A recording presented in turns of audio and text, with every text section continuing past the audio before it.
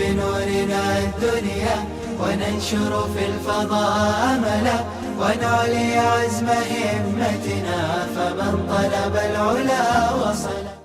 بسم الله الرحمن الرحيم. الحمد لله رب العالمين والعاقبة للمتقين والصلاة والسلام على سيد الأنبياء والمرسلين سيدنا وحبيبنا وحبيب رب العالمين محمد وعلى آله وأصحابه ومن هدى بهديه إلى يوم الدين. سورة فاتحة الكتاب مكية وآياتها 7. بسم الله الرحمن الرحيم. الحمد لله رب العالمين الرحمن الرحيم مالك يوم الدين. إياك نعبد وإياك نستعين اهدنا الصراط المستقيم صراط الذين أنعمت عليهم غير المغضوب عليهم ولا الضالين. وتسمى أم القرآن لأنها مفتتحه ومبدئه فكأنها أصله ومنشأه ولذلك تسمى أساسا أو لأنها تشتمل على ما فيه من الثناء على الله سبحانه وتعالى والتعبد بأمره ونهيه وبيان وعده ووعيده أو على جملة معانيه من الحكم النظرية والأحكام العملية التي هي سلوك الطريق المستقيم والاطلاع على مراتب السعداء ومنازل الأشقياء. وسورة الكنز والوافية والكافية لذلك وسورة الحمد والشكر والدعاء وتعليم المسألة لاشتمالها عليه والصلاة لوجوب قراءتها أو استحبابها فيها والشافية والشفاء لقوله عليه الصلاة والسلام هي شفاء من كل داء والسبع المثاني لأنها 7 آيات بالاتفاق إلا أن منهم من عد التسمية دون أنعمت عليهم ومنهم من العكس وتثنى في الصلاة أو الإنزال إن صح أنها نزلت بمكة حين فرضت الصلاة وبالمدينة حين حولت القبلة وقد صح أنها مكية لقوله تعالى ولقد آتيناك 7 من المثاني وهو مكي بالنص. امام بیضاوی رحمۃ اللہ علیہ کا اسلوب اور طریقہ یہ ہے کہ جب بھی کسی سورت کا آغاز کرتے ہیں تو سب سے پہلے اس سورت کا جو بنیادی اساسی اور مشہور نام ہے اسے ذکر کرتے ہیں.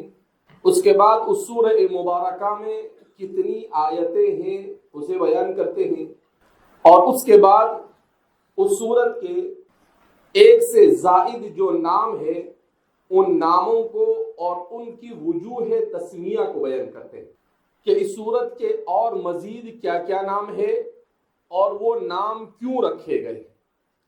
اگر ایک وجہ تسمیہ ہے تو ایک، اگر ایک سے زائد وجہ تسمیہ ہے تو اسے بیان کرتے ہیں.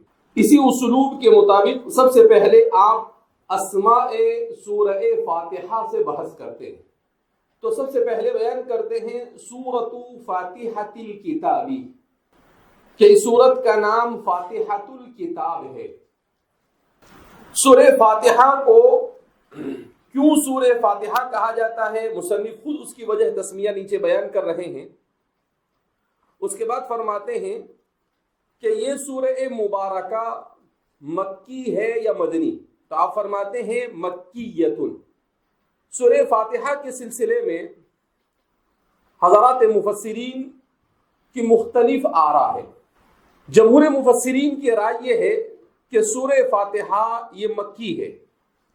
بعض مفسرین کی رائے یہ ہے کہ سورہ فاتحہ یہ مکیۃ و مدنیۃ، یہ مکی بھی ہے اور مدنی بھی ہے.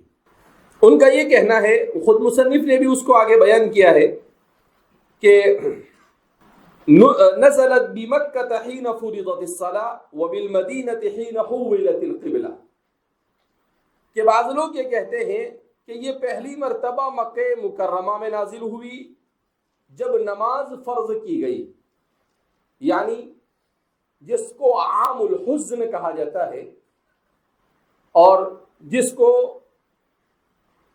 نبی کریم صلی اللہ علیہ وسلم کی معراج کا سال کہا جاتا ہے، عام الاسراء والمعراج، نبی کریم صلی اللہ علیہ وسلم کی ہجرت سے تقریباً 1 یا 2 سال قبل، تاریخ کی مختلف روایتوں کے مطابق۔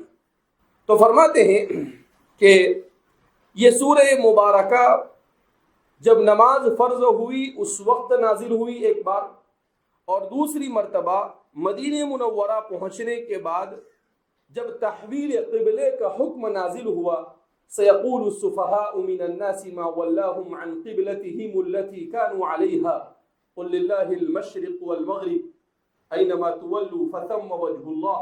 اس کے بعد جو قرآن کریم کی آیتیں نازل ہوئی جس میں قد نرى تقلب وجهك في السماء فلنولينك قبلة ترضاها، تو یہ سورہ مبارکہ سورہ بقرہ کی ان آیات کو آیات تحویل قبلہ کہا جاتا ہے۔ رسول اللہ صلی اللہ علیہ وسلم کے مدینہ منورہ تشریف لے جانے کے بعد تقریباً 16 یا 17 مہینے کے بعد تحویل قبلے کا حکم نازل ہوا۔ تو فرماتے ہیں کہ جس وقت تحویل قبلے کا حکم نازل ہوا اس وقت دوبارہ سورہ فاتحہ کا نزول ہوا۔ اس طرح سے قد نزلت هذه السورة مرتين، اس کا نزول 2 مرتبہ ہوا، مرتن بالمکہ ومرتن بالمدینہ، ایک مرتبہ مکہ میں اور ایک مرتبہ مدینہ نے۔ اور فرماتے ہیں کہ هذه میزة هذه السورة، کہ 2 مرتبہ نازل ہونا اس سورہ مبارکہ کا امتیاز ہے اور کسی سورت کو یہ شرف حاصل ہے نہیں۔ البتہ راجح قول جمہور کا ہے کہ اس سورہ مبارکہ کا نزول مکہ مکرمہ میں ہوا۔ ایک بار جب نزول ہو گیا تو دوسری مرتبہ نزول کا کوئی مطلب اور معنی باقی رہتا نہیں، تحصیل حاصل لازم آتا ہے۔ لہذا مصنف نے اسی راجح قول کو اختیار کرتے ہوئے کہا مکیۃ، اور آپ ماشاءاللہ سالوں سے یہ پڑھتے آئے ہیں کہ مکی اور مدنی کا فرق کیا ہوتا ہے۔ جو صورتیں قبل الہجرہ نازل ہوئی، کب نازل ہوئی؟ ان صورتوں کو سور مکیۃ کیا کہا جاتا ہے؟ مکی صورتیں۔ اور جو صورتیں بعد الہجرہ نازل ہوئی ان صورتوں کو کیا کہا جاتا ہے؟ سور مدنیۃ، مدنی صورتیں۔ ہجرت کے بعد چاہے مکہ میں نازل ہوئی ہو تب بھی وہ کیا ہے؟ مدنی ہے۔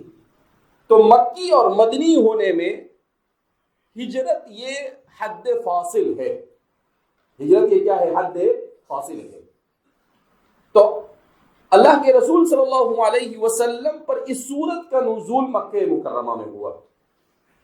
اللہ کے رسول صلی اللہ علیہ وسلم پر سب سے پہلے سورہ علق، جس کو اقرأ بسم ربک الذی علق کہتے ہیں، اس سورت کی ابتدائی 5 آیتیں نازل ہوئی۔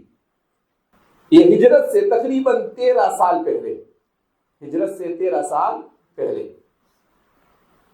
سن نبوی 1 میں رسول اللہ صلی اللہ علیہ وسلم پر جب وحی کا نزول ہوا، اس سال کو عام النبوہ کہا جاتا ہے، جس کو سن نبوی کہا جاتا ہے۔ تو آپ صلی اللہ علیہ وسلم پر سن نبوی 1 میں اور ہجرت سے 13 سال پہلے سب سے پہلے رمضان المبارک کی 17 تاریخ کو اور ایک روایت کے مطابق آخری عشرے میں سورہ علق کی ابتدائی 5 آیتیں نازل ہوئی۔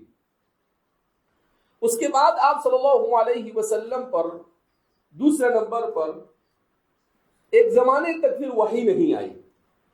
کیوں؟ اس لیے کہ وحی لیس امر ہین، وحی کوئی کھانے کا کھیل نہیں، وحی ایک ثقیل امر ہے۔ کسی بھی انسان کا وحی کو برداشت کرنا یہ کوئی آسان کام نہیں۔ تو آپ صلی اللہ علیہ وسلم پر جب پہلی وحی نازل ہوئی، رسول اللہ صلی اللہ علیہ وسلم پر اس کا بوجھ بڑا شدید تھا. حالانکہ پہلی وحی کے 5 اور دوسرے قول کے مطابق 7 طریقوں میں سے سب سے آسان طریقے سے نازل ہوئی. آپ صلی اللہ علیہ وسلم پر وحی مختلف انداز میں نازل ہوتی تھی. کبھی آپ پر نازل ہوتی تھی کسلسلۃ الجرس، کہ آپ صلی اللہ علیہ وسلم پر وحی نازل ہوتی تھی. آپ صلی اللہ علیہ وسلم کو سلسلۃ الجرس کی طرح محسوس ہوتا تھا کہ آواز آ رہی ہے، مگر کس سمت سے آ رہی ہے اس سمت کی تعین نہیں ہوتی تھی. تو آواز آتی تھی، آپ اس کو غور سے سنتے تھے. وہ اشد علی النبی صلی اللہ علیہ وسلم، وحی کا سب سے زیادہ سخت طریقہ ہوتا تھا. ام المؤمنین عائشہ صدیقہ رضی اللہ تعالی عنہا فرماتی ہے کہ جب اس طرح سے وحی نازل ہوتی تھی تو مدینہ کی سخت سردیوں میں آپ پسینے سے شرابور ہو جاتے تھے. حالانکہ مدینہ کی سردی دیکھی ہے ہم نے، بڑی سخت ٹھنڈی ہوتی ہے. علی شاطئ البحر، وہ سمندر کے کنارے پر واقع ہے، تو وہاں پر گرمی بھی بڑی سخت ہوتی ہے اور سردی بھی کیسی ہوتی ہے، بڑی سخت ہوتی ہے. تو بہت سخت سردی ہوتی ہے.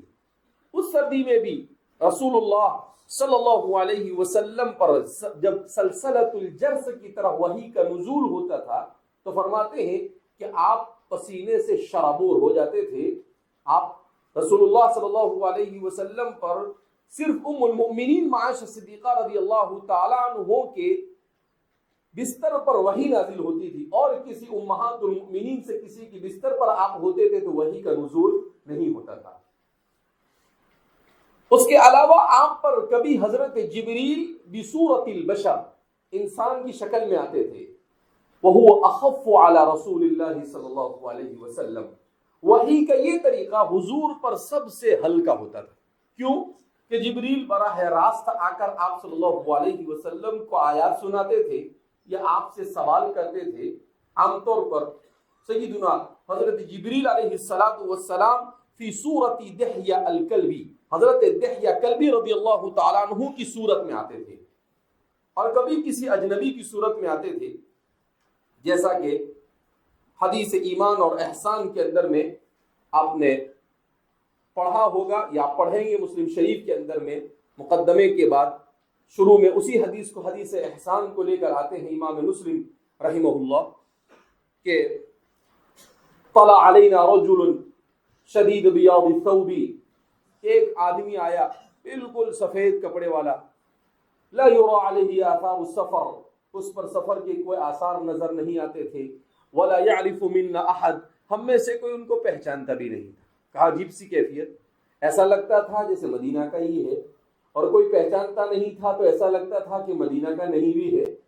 وائے اور صفوں کو چیرتے ہوئے اندر میں کیا ہو گئے، داخل ہو گئے. الحق رکبتیہ برکبتیہ، اپنے دونوں گھٹنوں کو رسول اللہ کے گھٹنوں کے ساتھ ملا کر آپ کے ساتھ یوں کر بیٹھ جاتا ہے، اور جعل یسأل، اور سوالات کیا کر دیتا ہے، شروع کر دیتا ہے. تو وہ پوری، تو یہ حضور پر سب سے آسان ہوتا تھا، کیونکہ انسان کی شکل میں براہ راست فیس ٹو فیس بالمشافہہ بات ہوتی تھی، تو آپ پر کوئی دشوار نہیں ہوتا تھا. بہرحال تو آپ صلی اللہ علیہ وسلم پر اس کے بعد رسول اللہ صلی اللہ علیہ وسلم پر ایک زمانے تک وحی نہیں آئی. اس کے بعد آپ صلی اللہ علیہ وسلم پر سورہ مدثر کی چند آیتیں، سورہ مزمل کی چند آیتیں نازل ہوئی. اس کے بعد سورہ مدثر کی چند آیتیں نازل ہوئی.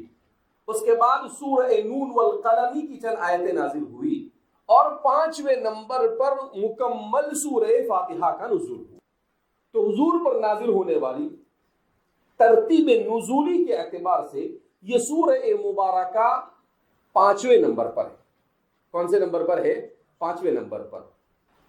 یہ راجح قول ہے کہ 5ویں نمبر پر پوری نازل ہونے والی. اس سے پہلے جتنی بھی صورتیں نازل ہوئی یہ تمام کے تمام صورتوں کی چند آیتیں نازل ہوئی. اس کے بعد دوسرے موقع پر دوسری آیتیں کیا ہوتی رہی، نازل ہوتی رہی، اور وہ صورتیں مکمل ہوتی رہی. مگر مکمل صورت اگر کوئی آپ پر سب سے پہلے نازل ہوئی تو وہ سورہ فاتحہ. گویا جیسے قرآن کریم کا آغاز سورہ فاتحہ سے، مکمل سورت کی سورت میں وحی کا آغاز بھی سورہ فاتحہ سے، مکمل سورت کی صورت میں، مکمل سورت کی صورت میں، ارے سمجھ میں نہیں بات؟ ہاں، تو اس لیے مصنف نے کہا مکیتن کہ مکی ہے، تو ترتیب نزولی 5 اور ترتیب قرآنی 1، ترتیب نزولی 5 اور ترتیب قرآنی 1، کہ 5ویں ترتیب پر نازل ہوئی، اور جب اس کو ترتیب میں قرآن میں فی المصحف شریف رکھا گیا تو اس وقت اس کو 1 نمبر پر، پہلے نمبر پر رکھا گیا۔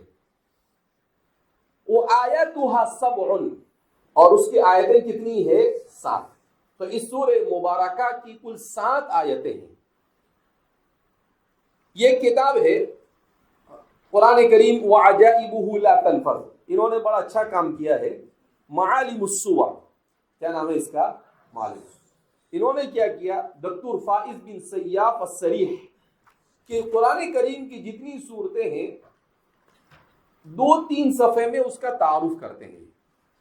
سب سے پہلے اس کے نام بتاتے ہیں، سورت کے جو بھی نام ہے اور اس کی وجہ تسمیہ، چونکہ مصنف خود ذکر کر رہے ہیں، اور پھر یہاں بڑا اچھا کام کیا انہوں نے بین یدی السورہ کہ سورت کی بنیادی معلومات کیا ہے، تو کہا عدد آیاتها 7، کتنی آیتیں ہیں؟ 7۔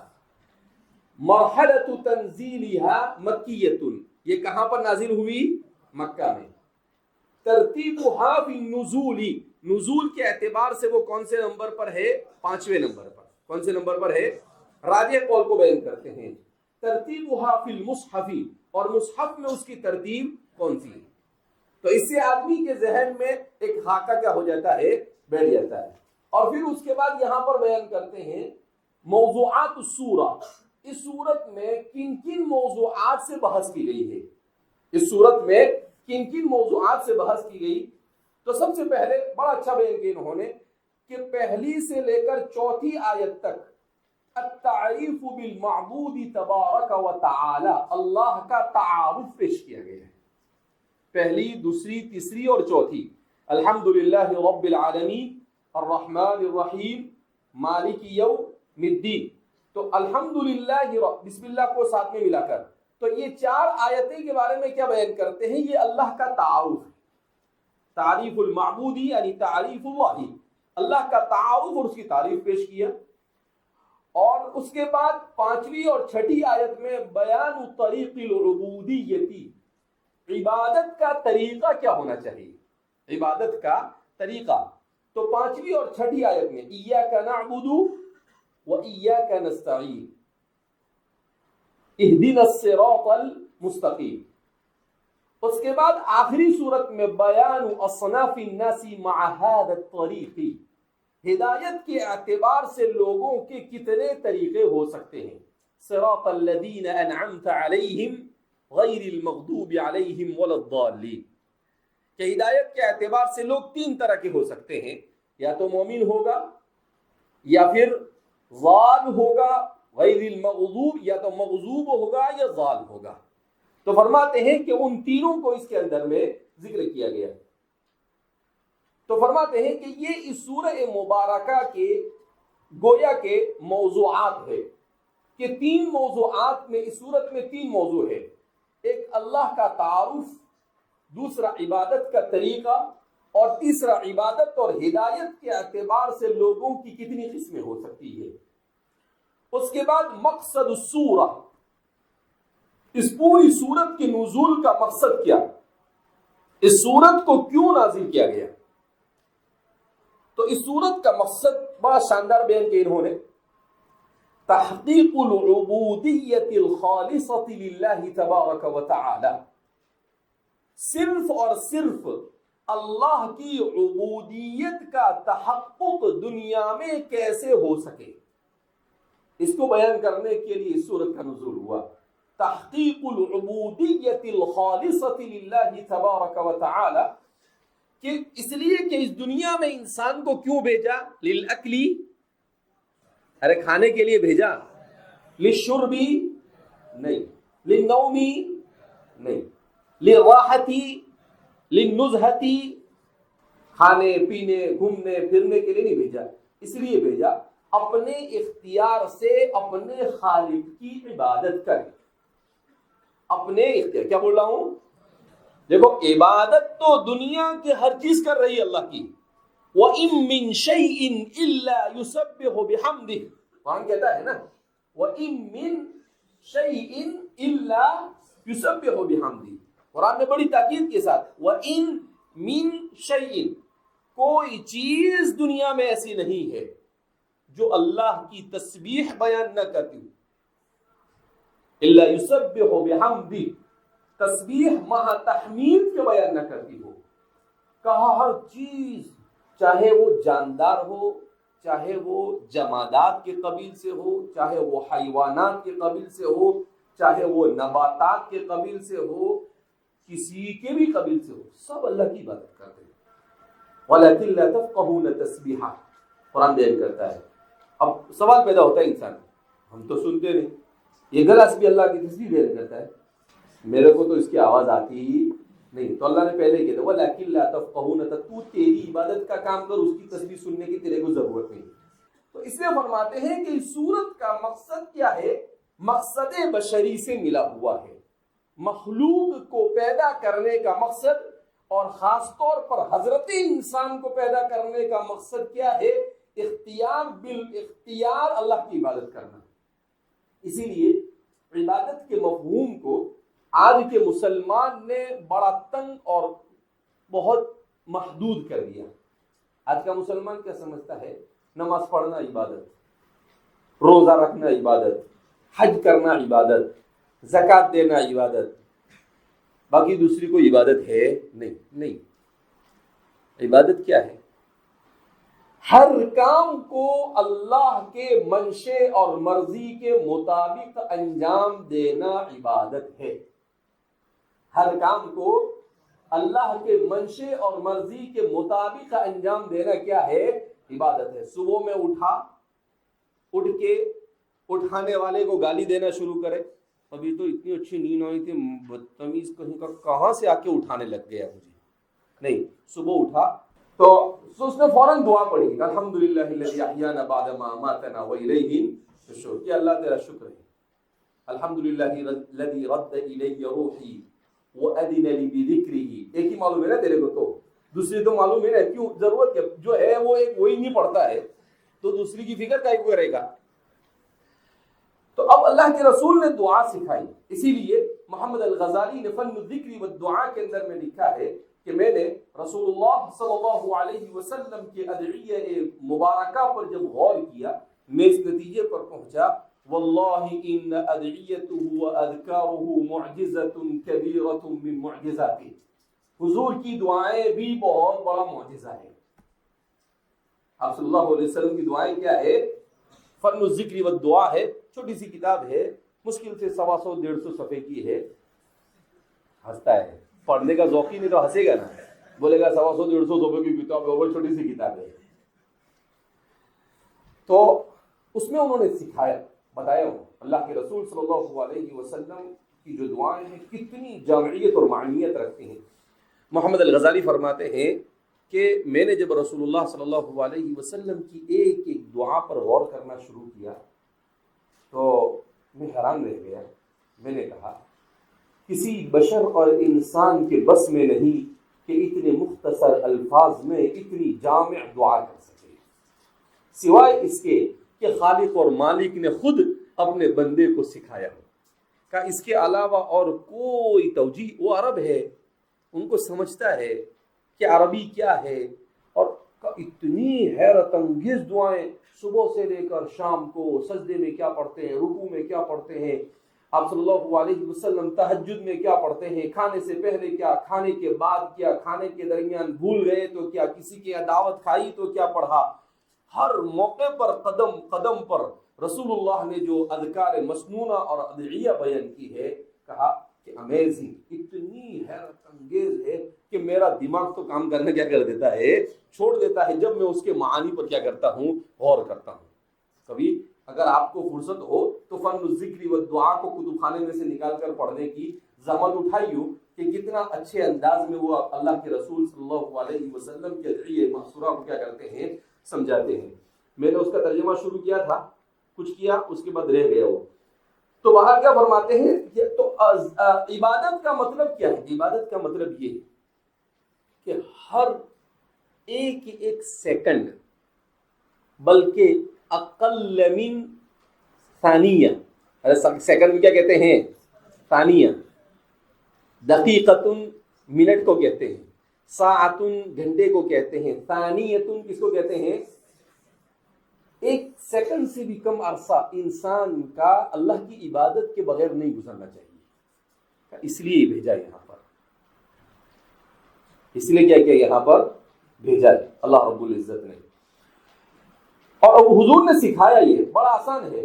رات میں سویا آدمی، سونے سے پہلے سورہ تبارک پڑھا، سورہ حامیم سجدہ پڑھا، اور پھر اس کے بعد تینوں کل پڑھا، آیت الکرسی پڑھا، للہ ما فی السماوات پڑھا، دعا پڑھا، سو گیا۔ اب وہ خراٹے لے کر سو رہا ہے، خراٹے لے رہا زور زور سے، مگر فرشتہ اس کے لیے عبادت لکھ رہا ہے۔ کیوں؟ رسول اللہ کے بیان کردہ طریقے کے مطابق سویا۔ فَنَوْمُهُ عِبَادَةٌ، اس کا سونا بھی کیا ہے؟ عبادت۔ صبح اٹھا تو اٹھتے ہی کہتا ہے الحمدللہ الذی احیانا بعد ما اماتنا والیہ النشور۔ فرشتہ کہتا ہے ہاں یہ ہے میرا بندہ، یہ اللہ کا بندہ ہے، کام کیا اس نے۔ اٹھتے ہی اللہ کے ذکر میں کیا ہو گیا؟ لگ گیا۔ ادھر ادھر لوگوں کو کاڑی اور گالی دینے کے بجائے کیا کرتا ہے؟ اللہ کا ذکر کرتا ہے۔ تو اس کا اٹھنا بھی عبادت۔ اب اٹھا، کہا مؤذن کیا کہتا ہے؟ الصلاۃ خیر من النوم، نماز نیند سے بہتر ہے۔ جلدی سے اٹھا، بستر کو سمیٹا اور مسجد کی طرف چل دیا۔ ہر قدم عبادت۔ بیت الخلاء میں گیا تو وہ بھی عبادت، وضو کیا تو وہ بھی عبادت، مسجد میں آیا تو وہ بھی عبادت۔ اب مسجد میں جا کر سو نہیں گیا۔ اب انسان اس طرح سے اپنی زندگی کے ایک ایک لمحے کو دعاؤں کے ساتھ، ذکر کے ساتھ، ان کے ساتھ گزارے تو اس کی پوری زندگی عبادت، پوری زندگی کیا ہے؟ عبادت ہے۔ لیکن اگر ایسا نہیں کرتا ہے تو پوری زندگی کیا ہے؟ عذاب ہے۔ پوری زندگی کیا ہے؟ عذاب۔